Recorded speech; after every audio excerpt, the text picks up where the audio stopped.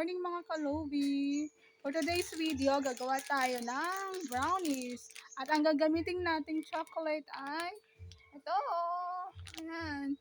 Kasi natikman ko siya, napagsip-isip ko, maganda itong gawin para sa brownies or cake. Ito yung gagamitin natin. Bar siya. So, ang gagawin natin, i-melt natin siya and then we will put it in the flour to make brownies. At isa pa, meron akong mga bisita ngayon at sila ang aking magiging mga... So, para makilala nyo kung sino aking mga kasama ngayon na gagawa ng brownies, tara! Halika na! Hi! This is number Hello one. po! Ako po si Chinchi. Ako po yung magtutulong mag-gawa ng brownies. And the next one, Hello. introduce yourself. I'm Krisha. Anong gagawin mo, Krisha? Taga-ano ka?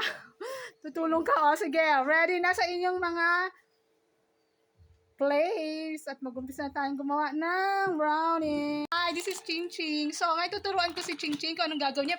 Ano nga yung Ching yung gagamitin mong chocolate para sa ating brownies? Pwedeng pakita mo. Yes, so ang brownies na gagawin natin is Duke's Chocolate. Wow, Duke's Chocolate. Kung gusto Ano niyo po yung chocolate na to, i-click niyo na yung yellow basket nandyan. Yes, yan ang ating model. So, Ching Ching, ang una mong gagawin, pwedeng pakalagay dyan ng chocolate, pira-pirasuhin mo. Malinis ba? Una sa lahat, malinis ang mga kamay, mga guys. Walang amoy na sabon. Ayan. I-into pieces mo siya kasi mamaya papatunawin natin siya. Oh, di ba? Ang laki ng chocolate. Yan. Ito yung chocolate na ito. Ayan. Ayan, kita nyo naman, laki-laki niya, di ba? So, yan. Ginagawa na siya ni Ching Ching. Pipiraso-pirasuhin niya po yan. Kasi mamaya i-double boiler natin siya para matunaw. Kasi yan ang gagawin natin para sa ating brownies. Yan ang ating ilalagay. So, kaya ako nagustuhan siya na ilagay kasi complete na siya. Hindi lang basta siya chocolate. Milky na siya at may mga butter din. At ang kagandahan niya, hindi siya ganun katamis. So, pag binlend natin siya for brownies, hindi tayo mabilis mauumay kasi nga, hindi siya ganun katamis. Ano masasabi mo, Ching? Ayos ba? Yes po, it's very, I think the brownies will be very chewy. Yes, and chewy and yummy because we're using the chocolate bar. Guys, ay mga kalobi. Ito naman si Krishanika, siya naman naka-assign sa ating flour. So, maglalagay siya ng 4 cups of flour dito. Ayan, sa ating gagawing brownies. Ayan. At ang isa naman, si Ching Ching naman. Ayan, siya naman sa mga chocolate. Ayan. Ito ulit, ano ulit ang ginamit natin chocolate, Ching? Pwedeng paki-explain ang pangalan niya? Duke's Chocolate. And again, click the yellow basket so you can buy one. Yes. Diba? Ang cute-cute ng aking mga assistant, diba? Ay pinagmanahan sa kagandahan. Ayan. O, Krishanika, asan na? Anong petsa na? 4 cups of flour.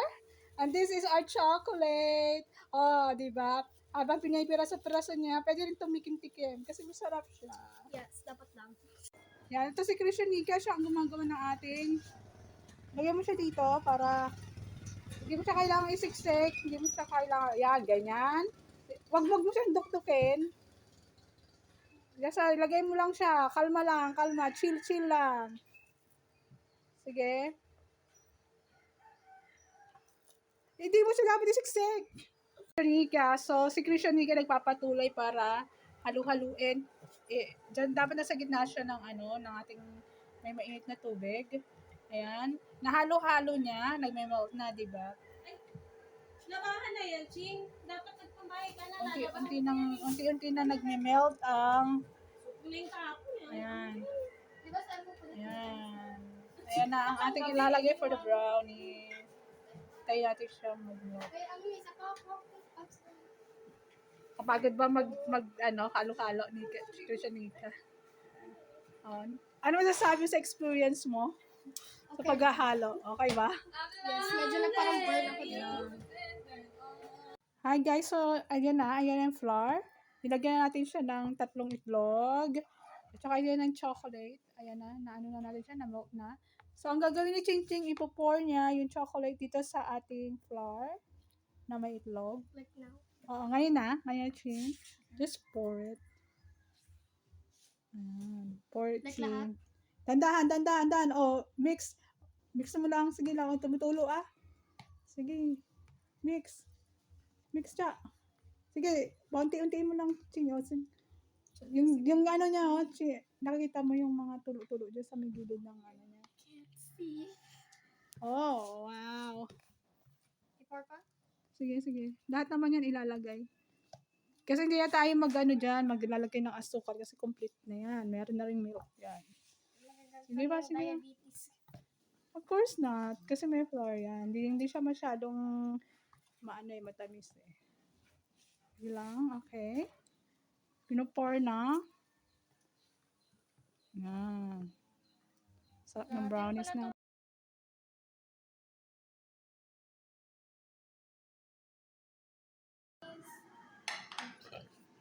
Okay, Ching. Try it. Kunin mo na yung isang slice. Ayun, ako. Ano masasabi mo? Ano? Yan, hiniwa-hiwa ko na. Oh. Kunin mo na yung part na yan. Ito? Oo, yung parang pizza.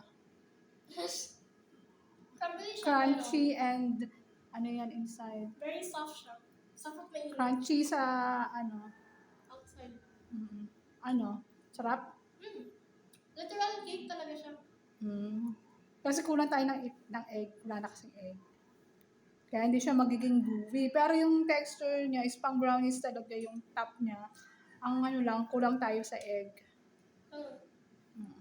Pero Crunchy. sarap. Crunchy and soft inside. Yummy. Okay ba? From 1 to 10, anong rate mo dyan sa ginawa mo? Sabi like 10. Wow. Yeah.